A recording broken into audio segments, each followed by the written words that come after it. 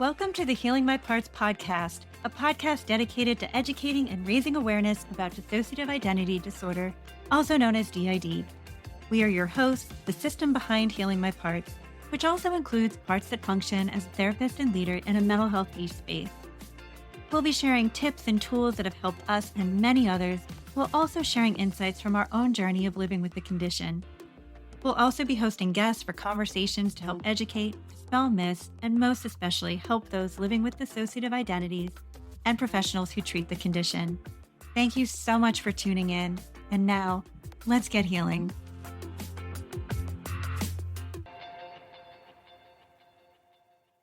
Welcome to the show, everyone. Thank you so much for joining us today. We are super excited to have a couple of systems with us today.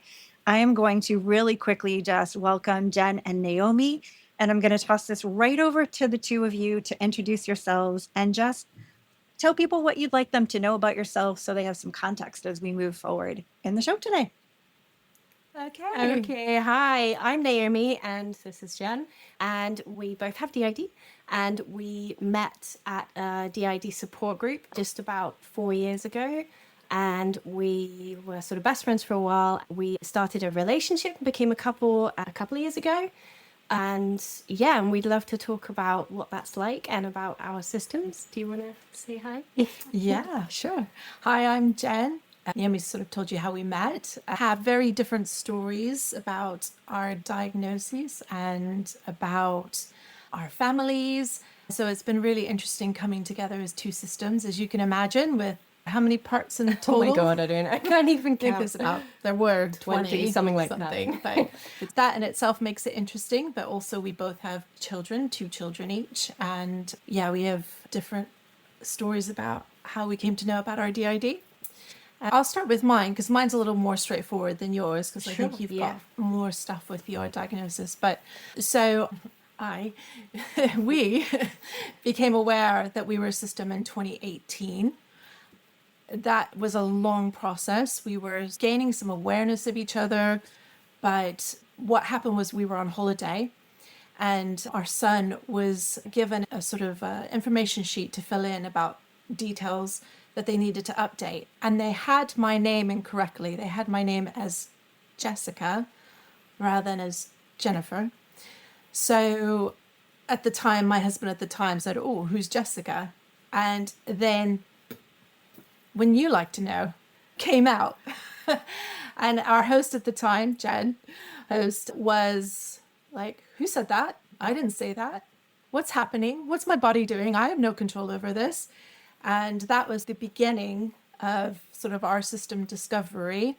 We were a little bit panicked because we thought, "Oh my goodness, what is this? Am I crazy? Is this something going on?"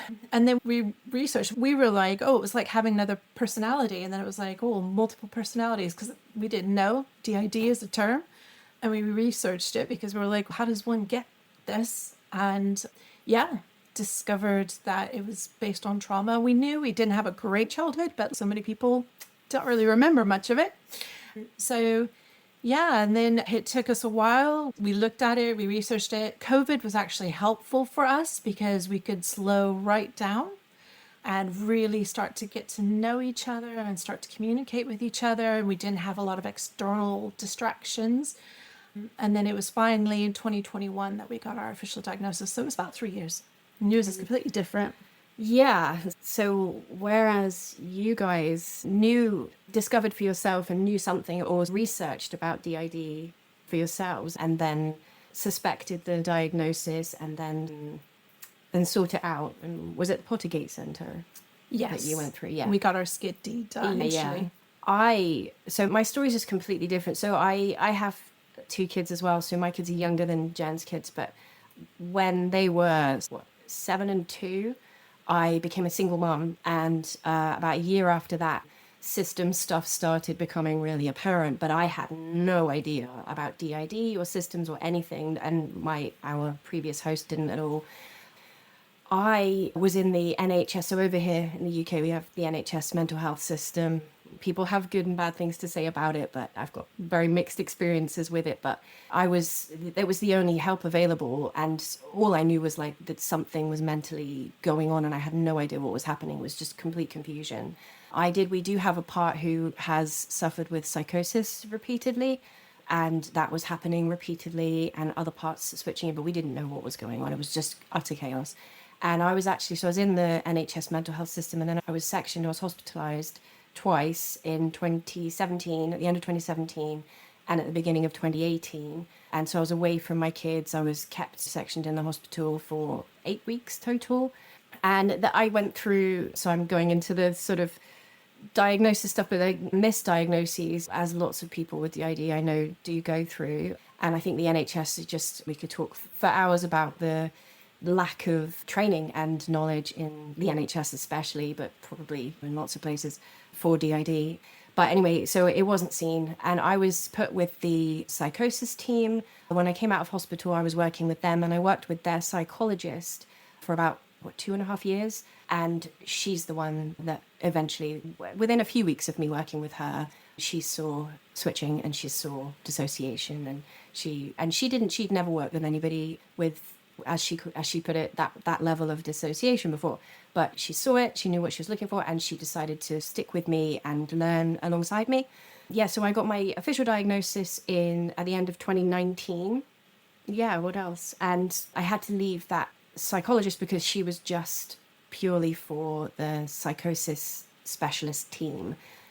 So I had to leave working with her prematurely, really, when system was we were just becoming aware of each other as parts and things. And then I do have quite a long kind of story of what came next and my experiences with the NHS. I'm actually still going through a sort of a complaints process for how my NHS treatment has gone. And I'm just going through the parliamentary ombudsman right now to take that up to the next stage. But in terms of the differences between Jenn and I and our diagnoses and how we came to know about our systems, I didn't know what DID was until I was diagnosed. I had no idea. I'd never heard of it. I had no sense that it could apply to me. I was literally given the information and said, this is what you have. And that's when we started discovering each other. And so I learned about it after diagnosis in quite a different way to you, really, didn't I? Mm. There's such a poignant difference listening to both of your stories. And one of the things that strikes me is that it sounds like when you were discovering your system, Jenn, you had language for it. There's just literally other personality living in my body, and I'm watching it do things, and it has a different name. And you did some research, and it sounds like you had a quote holy shit moment of there's a whole thing called dissociative identity disorder. Versus Naomi, when you're describing your experience, it sounds like it was so confusing. When you think about it, when an experience is confusing, it's very difficult to put language on. And so that's when we rely on providers to be able to translate our experiences by asking clarifying questions, right? And if they don't know what they're looking at because the training is deficient, then you have this, it's a really good example of what can happen when there is difficulty in identifying what's happening with folks. Yeah. And I will just say that the reason why it took me 3 years to get a diagnosis is because I knew the NHS would misdiagnose me. I knew I'd been in the system for 7 or 8 years. And I went to a therapist who had DID. I went to Psychology Today to get a local therapist, and she had DID on her information. I went to her for 2 years. And toward the end of those 2 years, she kept saying, that's another part talking. That's another part talking. I'd be like, oh, good, she's seeing it. She's seeing it. I was waiting for her to say something. And she was just totally working off the IFS model. And so I blatantly asked her, I said, do you think maybe I could have DID? And she said, oh, no, it's rare. So even though I wasn't in the NHS system and I was trying to get a therapist to see, and I waited a long time and she was seeing things, she still didn't think I had DID. So this is ridiculous. So that's when I went to Pottergate and I had already done the screening tests online. I'd already found those, but they made me take it as well. And then I had the SCID D and it was, yeah, absolutely. You have it. I was like, I kind of know that, but it was still a shock. Even though I knew it, to actually get the diagnosis was shocking. Yeah. Actually, do you want to talk a little bit more about that? Because I do think that is a really common experience. Even when you get to a place within yourself, you're like, I'm pretty sure this is what's going on. When somebody else confirms that, in fact, you have DID or OSDD, it is kind of like, wait, what? Are you sure? I mean, my initial reaction, because I thought I had OSDD. Yeah, like she's shaking her head now. Bless you, Now that you know me, you know me. Yeah, I thought it was OSDD. So when it came out, oh no, definitely DID, I was like, are you sure? And yeah, because parts were taking front and they could see it in the SCID assessment. And it is quite blatant now that we know to recognize it. But yeah, like I said, I had spent 3 years really, we had all been getting to know each other. We could hear each other. And that was a process. That didn't just come instantly. So we knew we were all there. So the diagnosis should not have been a surprise, but it's more tangible and official when you see it on the piece of paper. I had to reread the report quite a few times and go, really? Really? And then it was just the main thought was, who do I tell? And how soon do I tell? Or do I have to tell? That was our main struggle. So mine was very different in that sense. So like our host at the time was absolutely plagued with denial. She just couldn't, she was just, it's not happening. But she knew something was happening and she didn't have any explanations for it. So the first therapist that we worked with, she used to say, that Sophie was our previous host, that Sophie would constantly say, do you really believe that I have DID? Do you really think this is, and constantly again and again. And our therapist would say, you've asked this a lot. You ask this very often, and constantly saying, so the same thing you saying, really? Are you sure? The similarities there. But after diagnosis, once it was like sort of a slap in the face of like, okay, we'll deal with this. It was like some of us did. So for some of us, it was like, yes, thank God it's known. And Hannah, I'm thinking, especially our teenager part, just thank goodness. And then, so with my children, I was hospitalized. So everybody knew something was up. Whereas I think for you guys, it was probably a little more, you had to mask, you had to keep it in, and then you had to hold things very tightly and decide whether you were going to tell anybody and things like that. For us, it was more explosive. It was this just mess, and my life just exploded in so many ways. And there were friendships, lots of them, that just ended, and things that just couldn't hold on through the chaos of it. And, my family, lots of, my brother and my sister-in-law, they picked up lots of slack and they helped to make me and my kids safe when we needed that and things like that. But I was forced out immediately. So we didn't really have the choice. Not that's an easy thing for you at all. It's different struggles, isn't it? But yeah, it was very explosive. And so all of a sudden, and so when I did get the official diagnosis in 2019, which was 2 years after I was initially hospitalized, there's a long 2 years there of people like, there's something going on with you, but we don't know what it is. I had a diagnosis of bipolar disorder. I was on lithium and lots of different medications and antipsychotics and all kinds of things to try and manage everything. And other diagnoses as well, tried on to bipolar and BPD or EUPD, and I think lots of people with DID get all these different diagnoses tried on them, and I forget what the other one's called. Yes, schizoaffective disorder. That was stuck on me for a while, this thing. And then when the diagnosis did come, it was kind of like, oh, good, I can show this to them to show what's been going on. So yeah, it's just a really different early experience of our systems discovering themselves, really. I'm literally thinking about folks that are listening who don't have DID or don't have OSDD. I hope you're able to pay attention to how challenging this whole process is emotionally. There is this, I think some people expect relief as soon as you get a diagnosis. And I think for some parts in a system, there is some relief. But I think for other parts of the system, there's this, oh shit, we're not supposed to be seen. And this is covert for a reason. This is our survival.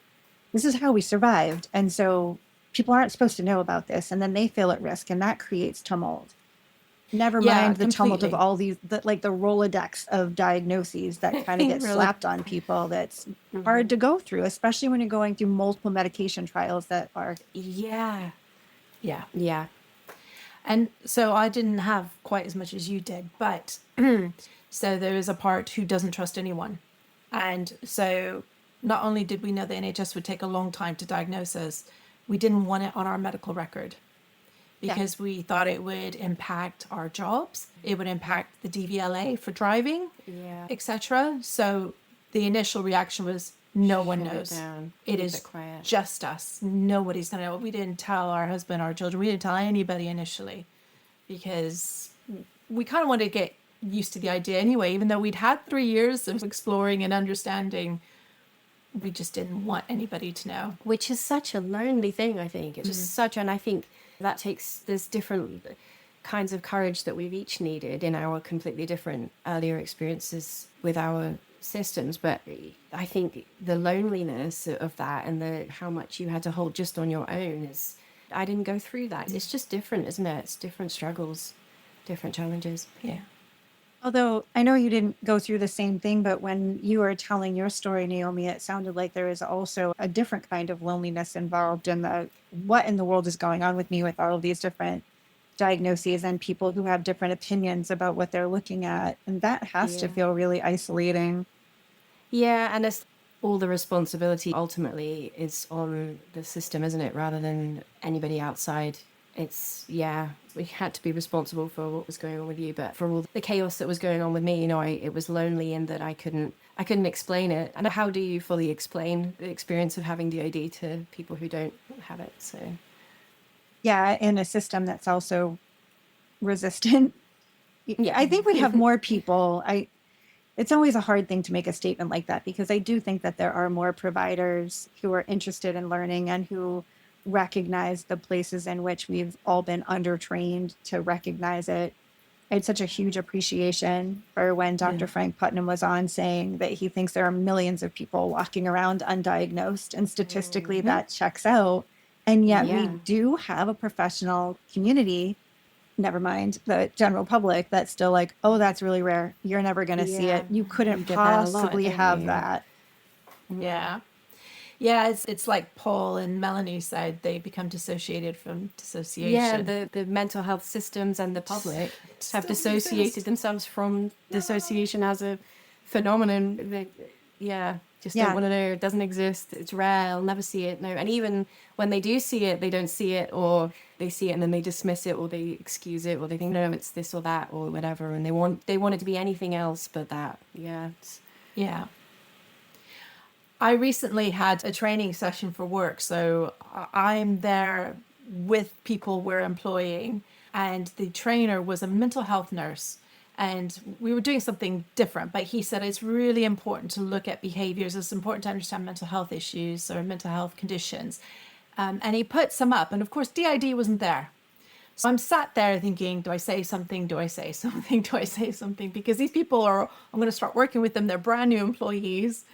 They're going to know. And anyway, somebody had raised their hand and asked a question about schizophrenia because one of his family members had something happening, but it sounded to me more like DID. And so I put my hand up and went, oh, actually, to me, that sounds a bit more like DID. I mean, obviously, I can't diagnose, but it sounds more like DID. And then the mental health nurse guy who worked in the system for 12 years said, oh, but DID is rare. And I lost it. It was like a red flag to a bull. And I went, no, it's not. I said, no, it's not. I said 1 to 3% of the population at a conservative year. And he's like, do you have research to back that up? I said, oh, yes, I do. And he's like, across all countries? Yes. And then he said, oh, I thought there were only 5 in the UK. 5 people in the UK with DID, he thought. So you just couldn't. Just lost it. And I went, you're looking at one. And the whole room went quiet. Silent. Silence. So I've gone from nobody will know to just outing myself in front of like half strangers. It's so baffling to me that math is challenging. The statistics are not that difficult to find. If we're settling on conservatively 1.5% for DID, but it's 4.2% for OSDD 1A and 1B combined, right? Which is just like DID, just missing something, right? So add those together. Now we're at 5.7%. Astronomical. And yet these same people are like, oh no, I see schizophrenia all the time. Well, that's 0.7, right? Or bipolar disorders, I think 0.56 or 0.53, I forget which. In Paul, Melanie, and Helena's new book that came out working with dissociation in clinical practice, 15% of people in outpatient practices have dissociative disorders and 25% have dissociative disorders in inpatient. That's not DID and OSDD specifically. But huge. Association. And yet we're having difficulty identifying it. And then when you are identified, I think it was so poignant, Jen, when you were saying, I didn't want that written down anywhere, and I'm going to be really careful how I pursue this diagnosis because of the backlash I'm going to suffer. And that's the thing that makes me so angry for people. It's like, you've suffered enough in your life already, right? You had to have to even be walking around with the diagnosis. And then to have to worry about losing your job, losing your kids, losing your driver's license, because people are not educated. Yeah. And also when that conversation happened, when I outed myself, I said, and it's nothing like Split, before anybody asks me. And one of the other people said, oh, I quite like that movie though. And I was like, oh, do you not understand that the murder trope is what causes so many people to be worried about this condition? Yeah. Daily life does not look like Split. No. When you look back, for both of you, is there a moment where you wish that somebody just understood things differently that could have made your journey gentler? There's several moments I look back on and I think I wish this and I wish that. If I look at my time in hospital, like that period, there were things like my family and friends were trying to point out, this isn't who we know, this is not the person we know, and things, and no mental health people listened to that or heard it at all. And I guess just they see one behavior or they see one moment or they see one reaction and they're seeing one part, and nobody realizes or nobody realized for us that there was this whole team of other parts around. That's not the whole story. I guess I wish that people would put the pieces together for me when I couldn't do it, that the professionals who were supposed to do that, of course I wish that they had known what they were looking for. But even if they couldn't do that, at least they could. And some of them tried. So I've obtained my NHS notes since, and I've looked back and read things. And there were some staff members who obviously were trying really hard to help me figure it out and things. Just trying to put things together, or like one of our parts often finds it easier to write rather than talk. And somebody in there who it was the psychologist who I wasn't working with at the time. I was in hospital, but that psychologist was obviously overseeing some of my care in the hospital before I'd even worked with her, the one who helped me get the diagnosis. And she had written in there, maybe try inviting written communication more. These sorts of things and these attempts, that there were a couple of them, but few and far between of the mental health professionals to put things together more, to help me piece together my sort of puzzle of what I was dealing with, or our whole system was dealing with, really. What else? I think for me, because we had spent so much time trying to understand what was going on, and we'd gone to that therapist, and she was really helpful in some ways because my marriage was not good, and our previous host really struggled with a lot of guilt about motherhood and not being the best mum, and so she really helped in those ways. I think it was, and to be fair, it was during COVID, so it was online therapy, but our little fronted and she didn't even notice. And I think that was just so gutting for her. And how could you not notice a little? So I think in a way it spurred us on to find another path. And now we have a therapist who she's a DID specialist therapist, so really helpful. But I think our process would have gone a lot faster if somebody had recognized it sooner. We had a brief conversation before we started recording about how common it is for people who do not have DID or OSDD to not be able to recognize switching versus people who are systems can recognize it so easily. Yeah. You ready for some fun stories? Yes. We have so. It's just interesting as two systems in a relationship. Like, one of the wonderful things about that, or like the many amazing things about that, is that we get it. Like we know what switching feels like. We know all the complicated bits and pieces, and we just, I think, yeah, there's just that level of innate understanding, and yeah, what just the switching and people not knowing. Yeah, I guess, so we had I have a group of friends, so I'm still very choosy who I tell. So I have some friends who know and some friends who do not. One group of friends do not know, and I will not be telling them because I just don't think they would get it. And they're fun football mum friends, and we go drinking and we do mum things and that kind of thing. with them. But yeah, but I guys- mask with them. But you came along one Can I tell day. it? Yeah. So this was the first time I'd actually properly met this group of friends since we'd been together, and which was lovely. And it's really important to me when I get to meet your friends and things. But I have to tell my parts and to remind my team inside that you're not out with these people, and that you're going to be masking, and that because we haven't mentioned this yet, but I'm out as a system in pretty much all of my life. So everybody who knows me knows that I have DID, knows, and some know different parts, have different relationships. Whereas, you have this situation. So we'd gone to one of your friends' houses for drinks one evening, and we're just settling in with them and stuff like that. And quickly into the evening, see you guys switch, and I see a switch happen for Jen's system. And obviously these friends, they're kind of used to you, and they must be used to you switching.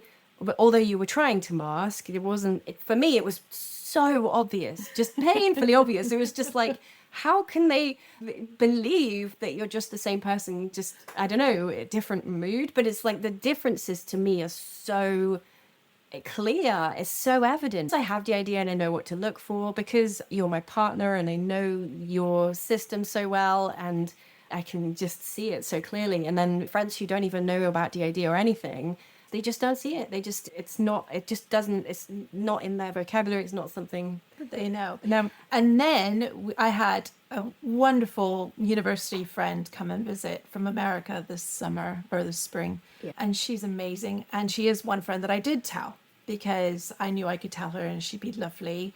And she and her husband came for a visit, and they were both so lovely. Yeah, so I got to meet them, which was really special, and I loved that too. And yeah, but they genuinely wanted to know, they genuinely wanted to understand. So we sat down and we chatted them about some of our experiences because they were asking really great questions. Yeah, just of DID and of what we've been through and stuff like that, just some diagnosis and living with it and things. And yeah, so we kind of had coffee and talked about all of that. And bear in mind, this was just the first day, and then we went off and did our different things. We were switching loads. Yeah, you guys were back and forth. There was lots of switching going on for you lot, and then the conversation kind of went on, and they said, what was it they'd said?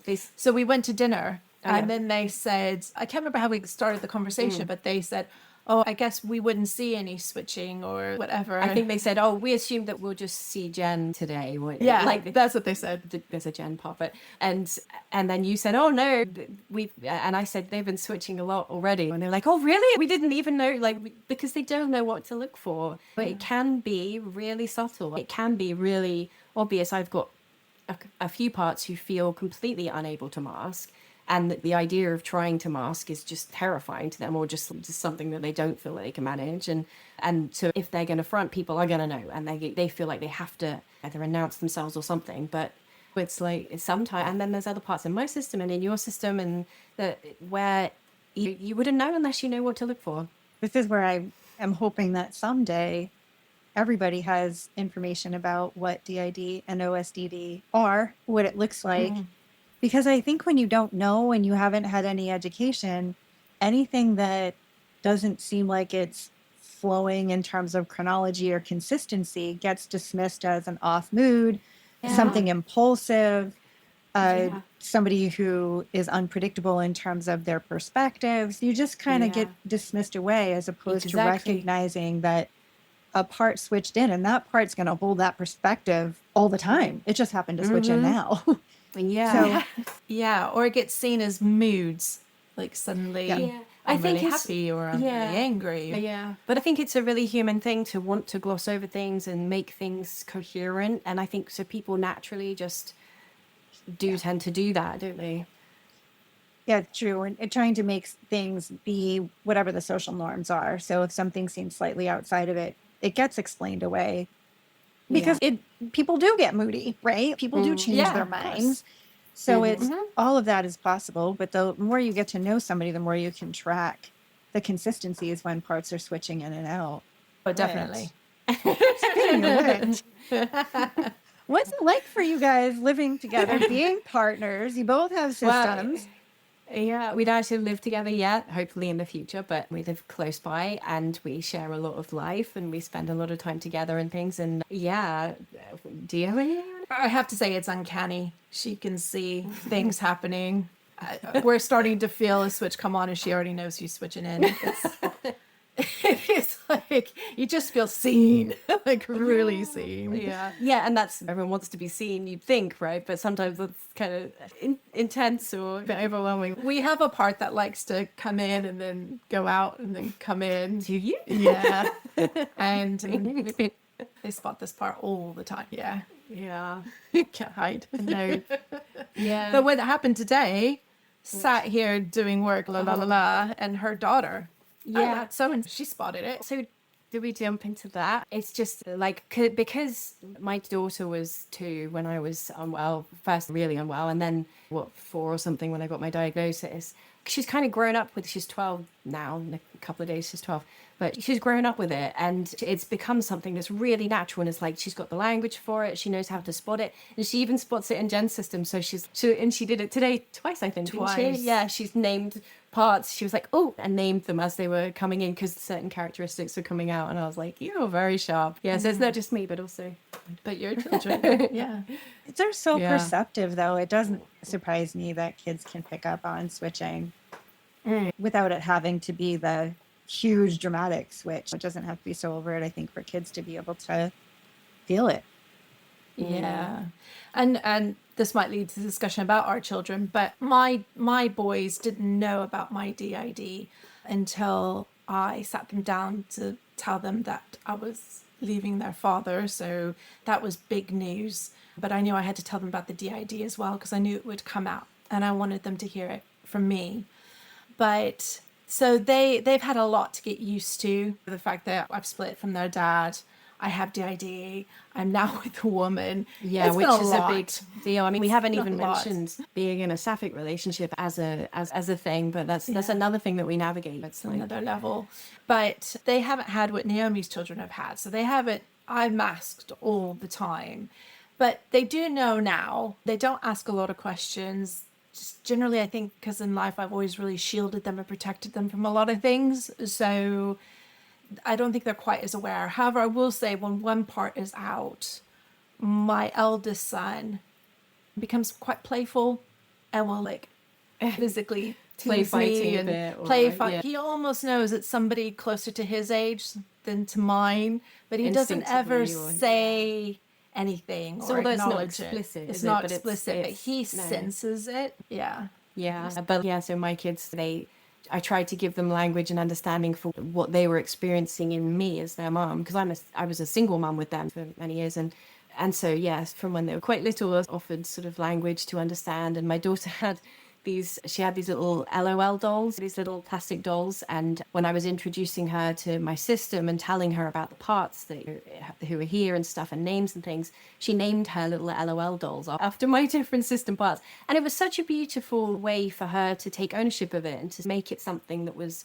I don't know, that she could process in her own way. And so just things like that, like it's been mixed in to their lives all the way through. And my son is older and it was a little harder with him, but we got to a point where my parts, because he was older, some of my younger parts were and still are really wary of fronting around him just because he's an older male, and we've worked it out and stuff like that. But yeah, it's quite different to how it's been for you with your boys, isn't it?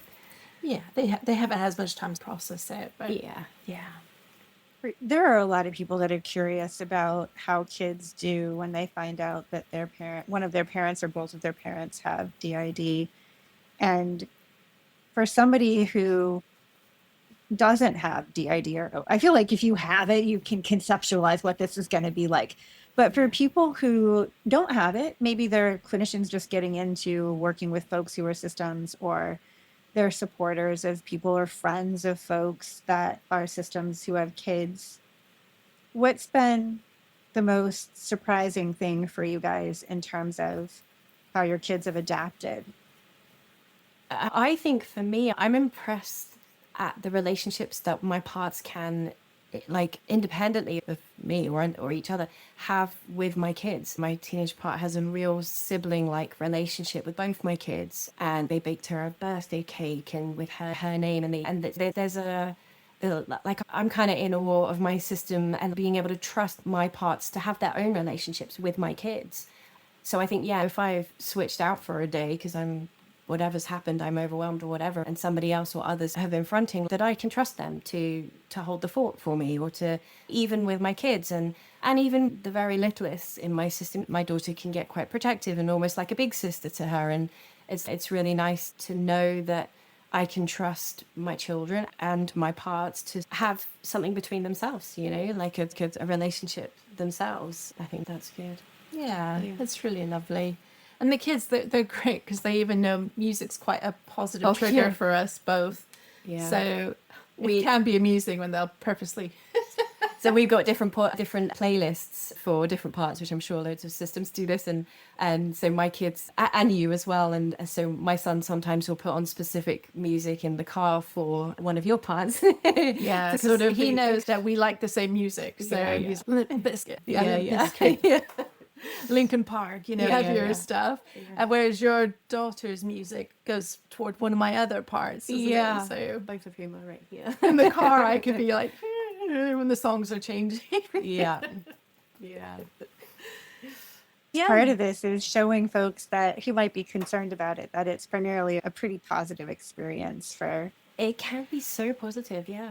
It is. I would say being two systems, it is nice because we get it. We don't have to explain it to each other. Obviously, two systems we're all different, so our parts are they're different, their needs are different, but we get dissociation, we get switching, we get blending, we understand all of that sort of thing. But we really want to emphasize that we both are lucky enough to have therapy, and we don't rely on each other for everything. Everything. Yeah. There's no way we could do that. We couldn't. I think navigating triggers but as two systems in relationship is a massive thing that we've had to learn to do, and we're still really learning to do. And we see so many improvements in the past couple of years. It's just in how we're able to navigate things and help each other with our triggers and take space. And I think a really big one is that it's okay to take some space. And like you say, it's so important that we each have support outside of the relationship. So we're both very lucky, as you say, to have therapy and therapists who each know about DID and know what they're doing, and to have friends as well and other support networks other than just each other. Yeah, so that although it's incredible and there's so much goodness in being two systems in a relationship and, understanding and all these things, there's a lot of navigating we have to do too, and that a lot of learning that we're still doing. Really. Yeah. But we also, on the plus side of that, is we talk about therapy is relational, and I've heard you use the term about you don't healing love is relational. the affection. What was the Unconditional positive regard, the fancy word for love. That's it. Yeah. Obviously, in therapy, that can be really helpful when you're dealing with situations like attachment issues, etc. This is like that multiplied enormously. Literally, because we both have anxious parts, we both have avoidant parts, it's disorganized. Funny that. So sometimes my avoidant part can trigger her anxious part, and vice versa. Yeah, it can be really and I think we've had to learn, haven't we, that just give it a little bit of time and let things settle down, and we have to again trust just that we will find our way and that things will settle and that triggers will pass over and that we will, and other parts can come in and help and take take the lead a bit more and things, and it's okay to go with that and go with the flow. That has definitely been a learning curve, but still, it's been amazing and wonderful, and I think there's definitely been healing through this experience, huge amount of healing, of trust, of understanding relationships, that it's okay to say what you need. We don't have to fix everything yesterday. It's okay to give it a few days, to talk to the parts that have been triggered and say, okay, what about this has upset you? That might take a little while to come through. And sometimes we can't talk. And sometimes it's not about, I think, communication. We've said, haven't we, that communication is obviously so important in any relationship. I think it's extra important with DID. If there's one part who's holding something and not telling others or not telling the other system, or it's never going to be good and it'll just sit there and fester and things. But sometimes it's not possible. Sometimes talking, sometimes some parts can't even speak in that moment. Yeah. We have that sometimes, and sometimes there's non-verbal communication, just like a hug or even just being together in the same space and letting things settle or having some distance. I think all those things have helped us get through. But we've had some amazing laughs as well. I could imagine.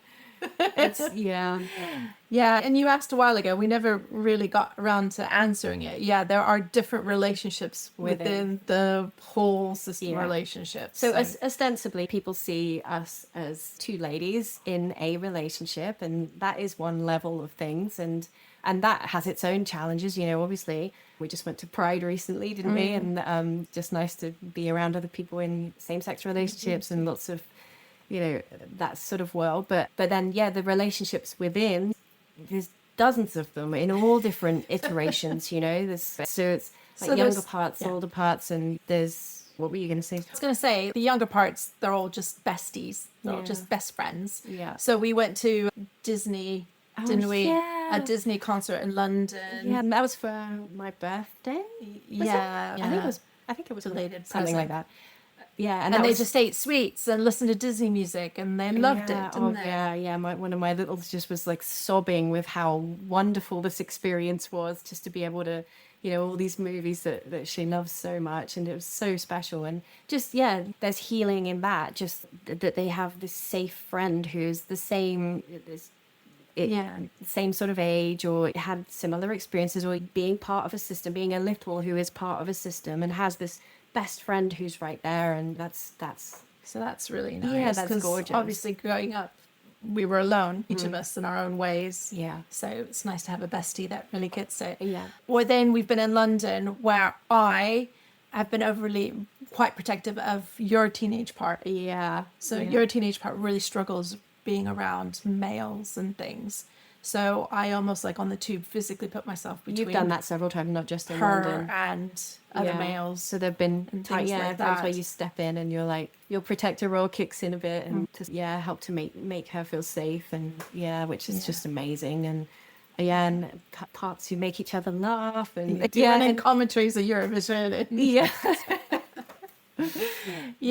And so people would see us as two women walking down the street holding hands, and they're thinking, oh, there's a lesbian couple, a sapphic couple, but actually it might be one of your male parts, one of my female parts. Yeah. And it's actually a heterosexual type who are of feeling very much like a hetero couple, just walking down the street holding hands, and this body happens to be a female body. Yeah. Or two male parts who were, or two little girls who were just, being best friends and walking down the street, it's a funny thing. Nobody would know. Nobody can see what's going on inside, but we get a glimpse inside each other's realities, really.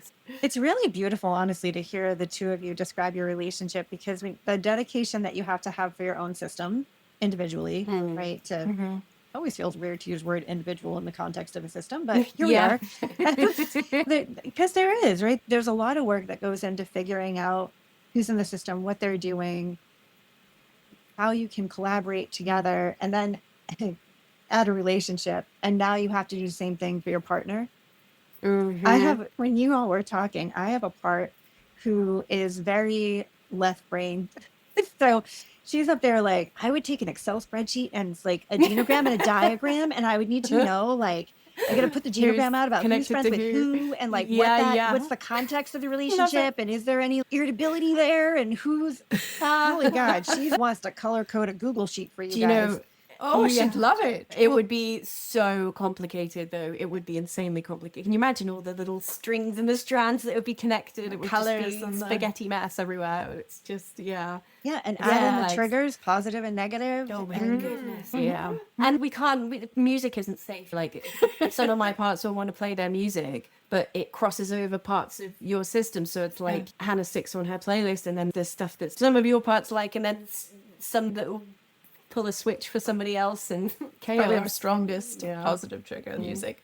But yeah, it is quite complex because, say, my part Alex is friends with quite a lot of your parts, but not necessarily in a relationship. Definitely, yeah. But then in a relationship with other parts. Yeah.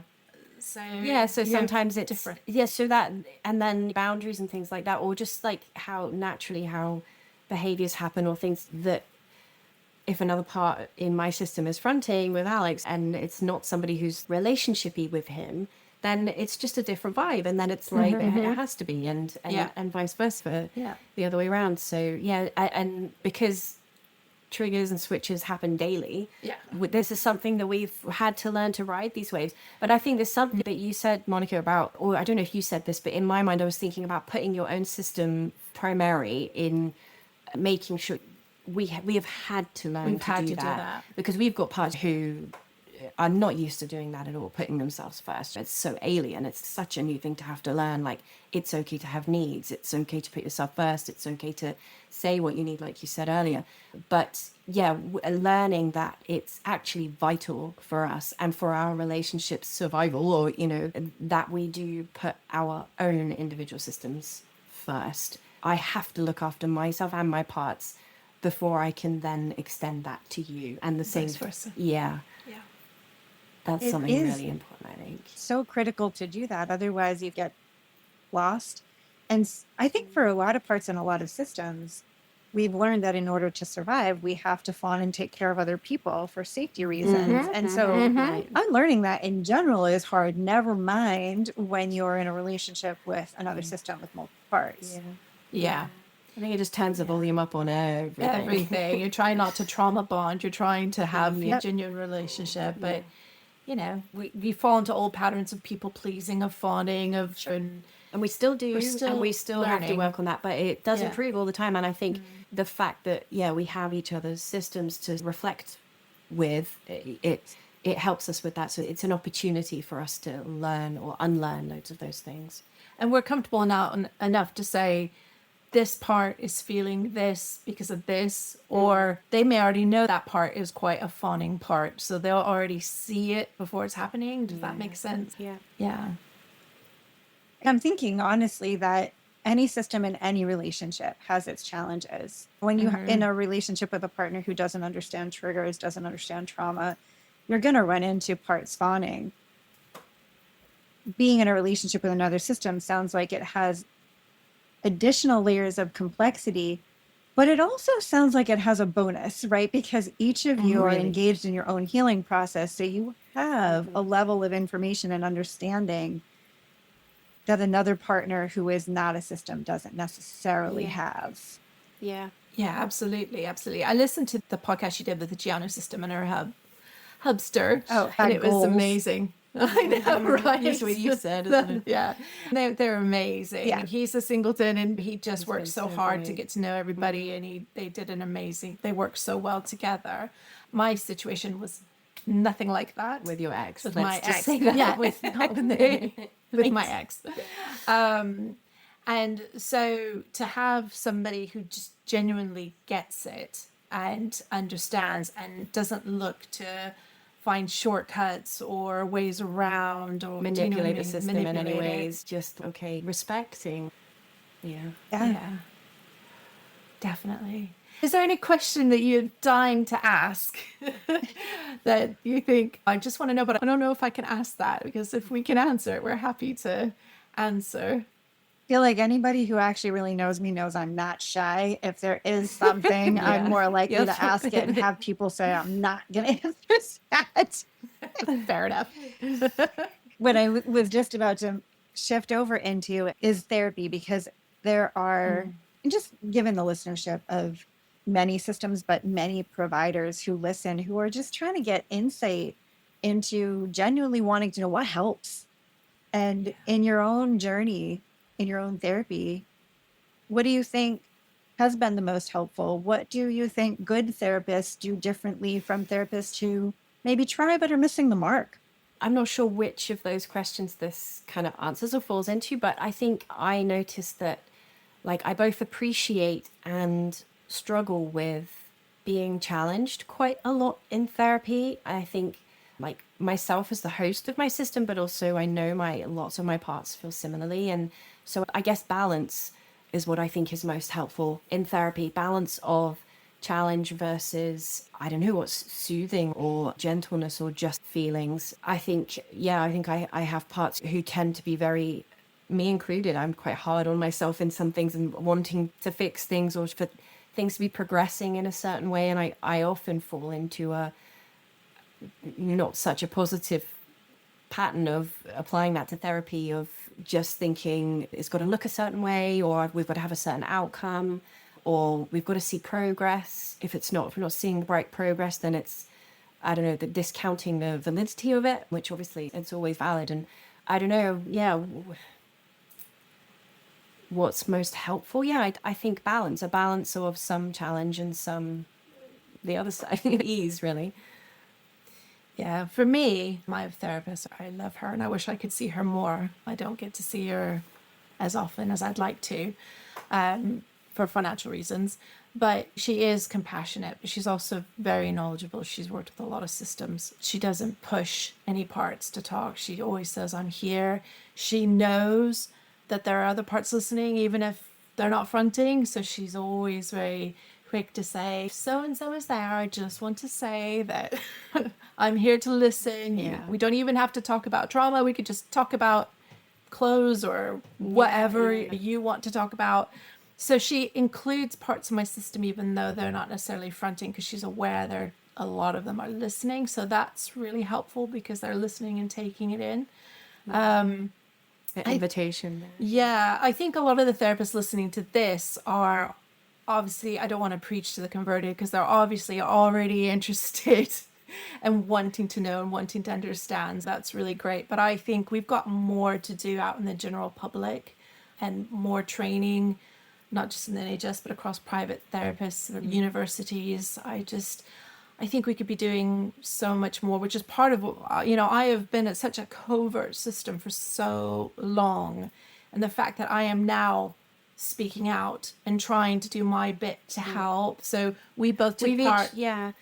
We sort of try and take part in research where we can and things. And I went with Paul, who was on your podcast recently, and in a bit of research there, and one that we both did. And it's such a good feeling to, even if it's a tiny part we're playing in just getting some voices out there and heard, speaking up for people who have DID and what it's like and the realities and the truths of it.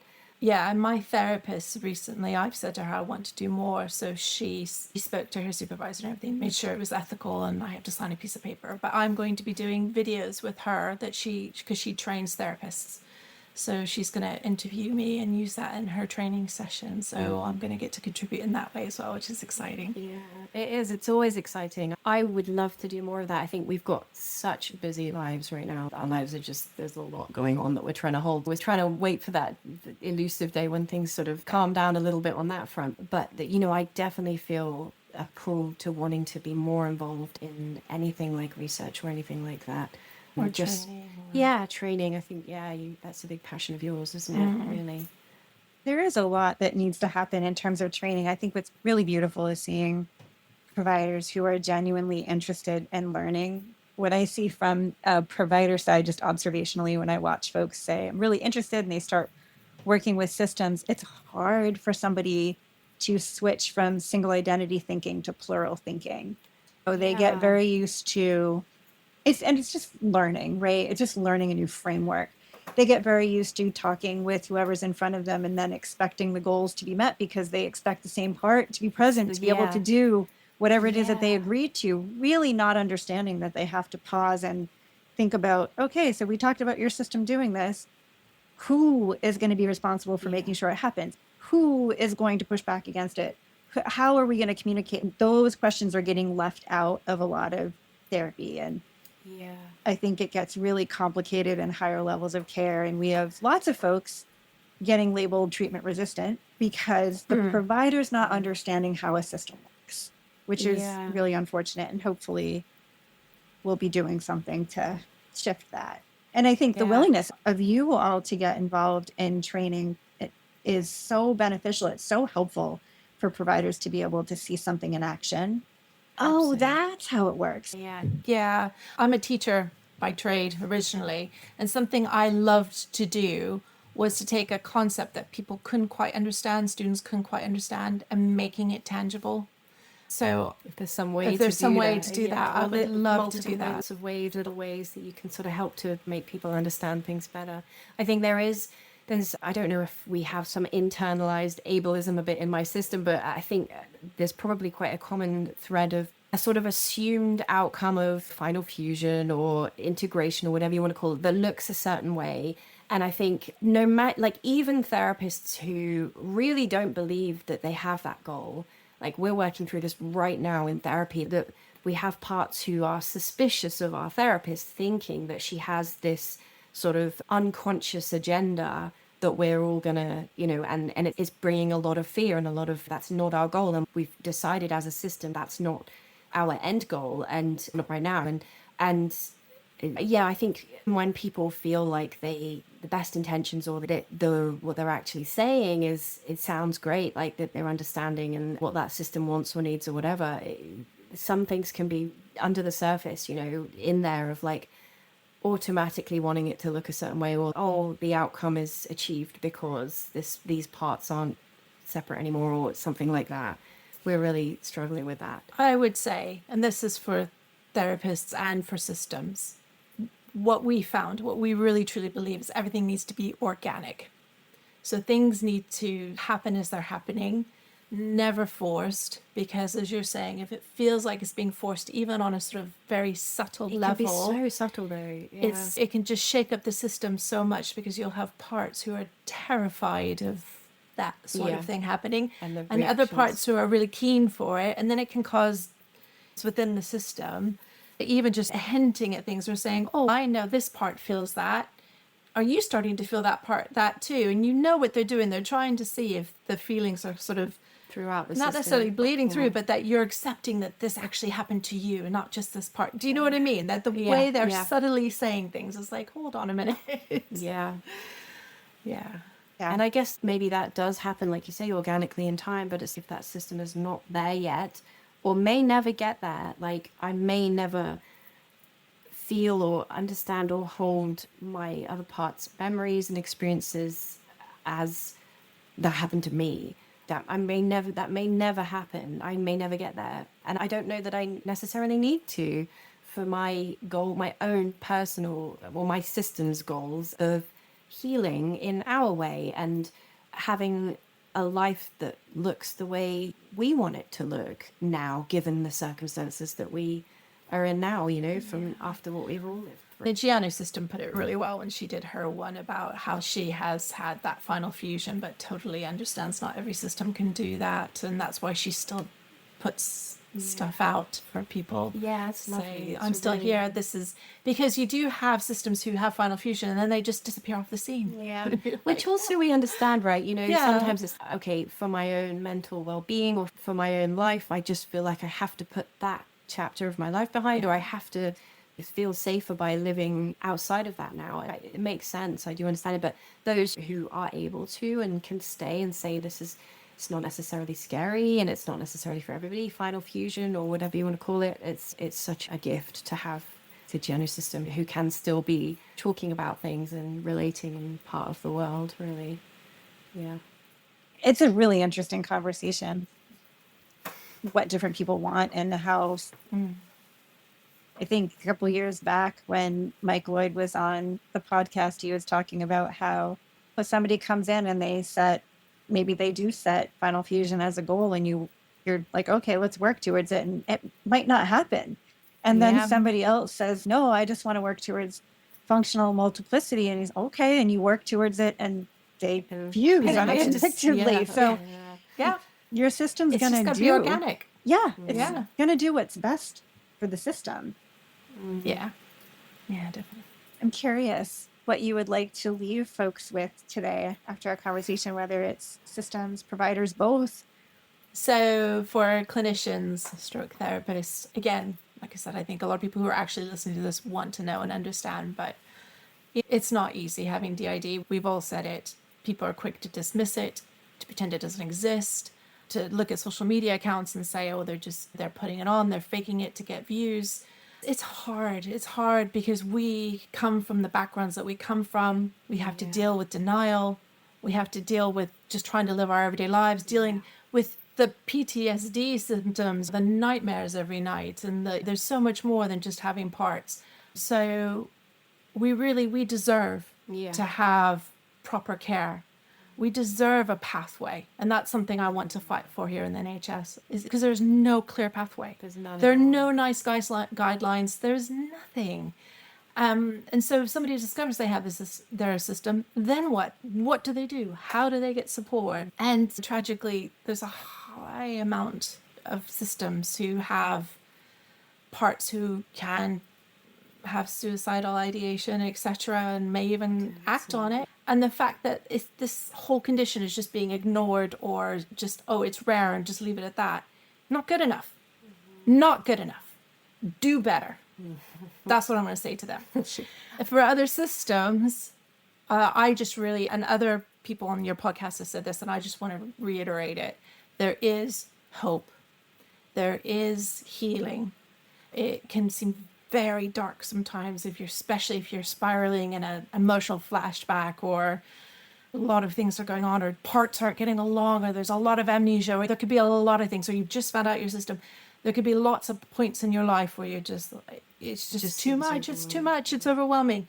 But it can get easier. It can get better. I know not everybody can have therapy straight away. I know that there are systems that in community that can help you. I would say to all systems, communication between parts. I would say that is so important for any kind of healing. Whatever that can look like. Whatever that looks like, whether it's talking or feeling or being open to or understanding, because... Or external notes or anything. Yeah, or journaling, doing a video, messages. because what works for one system won't work for another. It takes time. It does come eventually. I remember our host, Jensen, going, okay, somebody talk to me. But it does come with time, and the system learns to trust each other. And I know there are parts like Alex and we didn't get along at all. I thought he was such a liability, and he thought I was such a bitch. I don't know how you guys work so We still wind each other up. But I know there are parts, and there can be complexities within a system. I'm not trying to dismiss that, but it can get better with time, and trust your system, which I'm just saying yours now. So I'd said the word that I really wanted to end on was trust, and I think I've said it a few times actually. It's come up naturally. I think trust, like rebuilding trust after enormous childhood trauma, is the biggest thing, but I think it starts in your own system, right? And I think if you can find any ways to trust your parts, like past where you think you rationally should or could, go a bit further, trust them a little bit more, extend it. If